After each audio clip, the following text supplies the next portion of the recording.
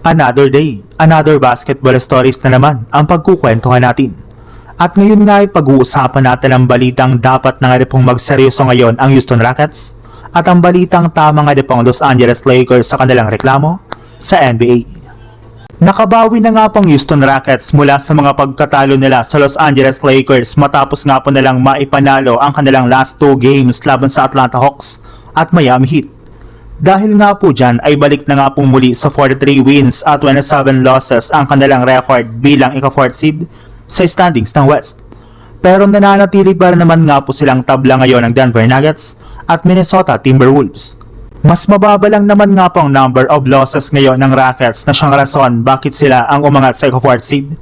Kaya wala para naman nga pong nakakaalam kung saang pwesto babagsak ang Rockets sa pagtatapos ng regular season.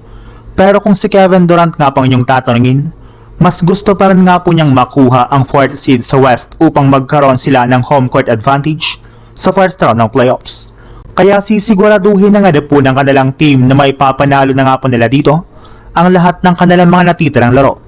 Pero kung inyo nga pong titingnan ang game schedule ngayon ng Houston Rockets, hindi rin naman nga po ito madali dahil karamihan nga po sa kanilang mga makakaharap ay puro mga legit na playoff contender na gusto ring makapasok sa playoffs. Sa ibang balita naman, bagamat man nga po nagawa ng Lakers na manalo laban sa Orlando Magic, ay hindi para naman nga po ito naging dahilan para itigil ng kanilang team ang kanilang reklamo sa naging officiating ng kanilang bakbakan. Mismong si Coach JJ Redick na nga po nagsabi na napaka-awful nga na po ng mga tawagan sa kanilang naging laro na siyang rason bakit bigla na lang nawala ang kanilang kalamangan at momentum kontra sa Orlando Magic. Mabuti na lang at nagawa para naman nga po nilang manalo sa kabila ng mga ito. Since maging si LeBron James nga po ay hindi rin naman natuwa sa ginawa ng kanilang mga referee lalo na ang paggamit ng mga ito ng panibagong camera angle sa huling mga segundo ng 4th quarter.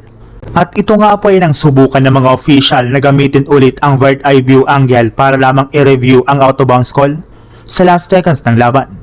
At inamin nga po ni LeBron na sawang-sawa na nga po siya sa ginagawang ito ng mga referee since ginagamit lang naman nga po ng mga ito ang ganitong mahiwagang camera sa kanya at sa Lakers at hindi sa ibang mga players.